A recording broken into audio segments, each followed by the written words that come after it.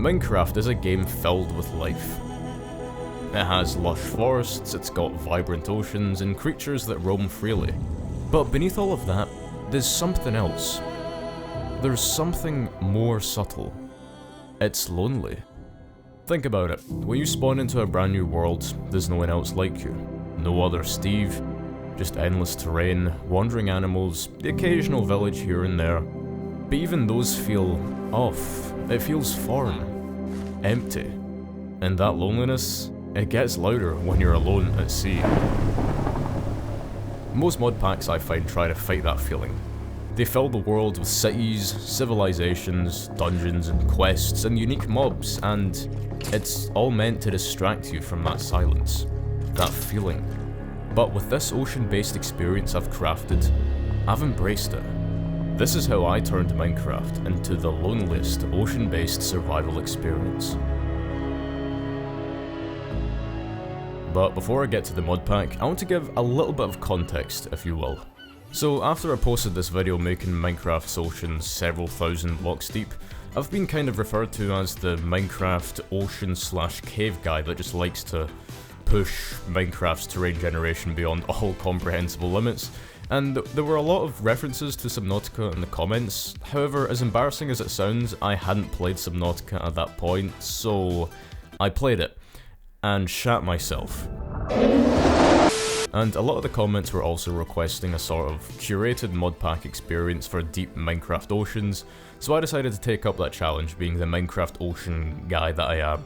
Like I said in the beginning of the video, a recurring theme of a lot of mod packs these days is that they tend to just completely overload the world with structures, dungeons, quests, NPCs, biomes, mobs, completely overloading players with content or mechanics that they'll just never use, or it just ends up completely confusing them.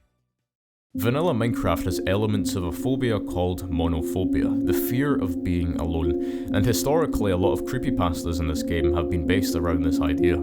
And while I'm not going to lean into conventional horror elements for this mod pack since it's a little uncharacteristic, there will be aspects of thalassophobia, with very large and hostile ocean creatures, but again, nothing too crazy.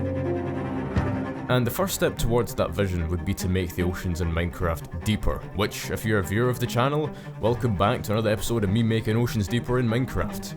Anyways, if you are a viewer of the channel though, you would probably know I've done this before, but it's a little more complicated than it sounds. The depth of Minecraft's oceans are not determined by the depth of the world, but rather the biome itself. So while you can make terrain generation over 2,000 blocks deep, modifying oceans to correlate that adds extra complexity. So to keep things simple for the purpose of the mod pack, I added the Water World mod, which increases the sea level by an additional 64 blocks. This effectively triples the depth of vanilla deep ocean biomes from 30 blocks to 94 blocks. However, there is a modded biome I added that doubles the depth again, in total making the ocean here 188 blocks deep. This is already 6 times deeper than the deepest vanilla oceans that can generate. This effectively covers 98% of the planet in ocean, however land is still present, but it's very rare. This makes survival a little more challenging than vanilla Minecraft, but it's still certainly possible. Strongholds are unaffected, you can still go to the nether like usual, which is where you'd likely need to kill endermen since semi-large landmasses in the overworld are extremely rare to find endermen on. If you know what you're doing, it won't be that much more difficult than vanilla, but for a more inexperienced player, I can see how this would be more of a challenge for them. To make the oceans more immersive, I also included the Physics Mod Pro Edition, which adds pretty advanced physics to the oceans and various other aspects of the game. This is the paid version of the mod, however, which you can get from the developer's Patreon, so unfortunately if I were to release this mod pack, it wouldn't include this mod. But if you really want it, you can of course support the creator and get it yourself. Still though, the physics mod by itself is really cool and all, but to make it even cooler, I also added Eureka ships for the Valkyrien Skies mod, which allows you to create your own custom ships that interact with ocean physics. This is honestly one of the coolest mod combinations I have ever seen, and thematically it fits perfectly with this mod pack's worlds. The ship sways side to side, interact with the waves and wind. Hell, you can even just build a mobile base and just turn it into a ship and enable cruise control and just sit back and relax while it just takes you to wherever you want it to. The Valkyrien Skies mod also works just fine without the Physics Mod Pro, but you won't be getting any of that sway action that, in my opinion, makes it so much more immersive. Speaking of immersion, for the shader pack I just went with Bliss, primarily because it looks great both above and below the sea, but it also supports ocean physics, which a lot of shaders don't have support for these days.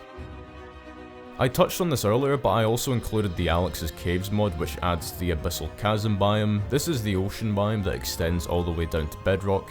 It adds a lot of cool creatures, structures, and maybe also a very large Subnautica looking, monstrous and highly dangerous creature. Potentially. But honestly, what good would this mod pack be without a submersible vehicle to explore the endless and highly dangerous ocean that covers this world? I also added the immersive machinery mod, which adds a submarine called the Copper Fin. It actually uses Subnautica sound effects, which I find pretty interesting, and you can also upgrade it as well. I have a slight suspicion that this was inspired by a certain vehicle. I don't know. I've also included a few extra mods that add various sea creatures to the world, one in particular that may introduce Leviathan class monsters to the oceans. But like I said at the start of the video, I don't want to add too many mods first and foremost, so that the vision I have for the experience isn't lost through mod overpopulation, and two, so that you can easily recreate this for yourself if you're interested in this kind of experience, and love big oceans with big sea creatures and sort of enjoy that feeling of hopelessness.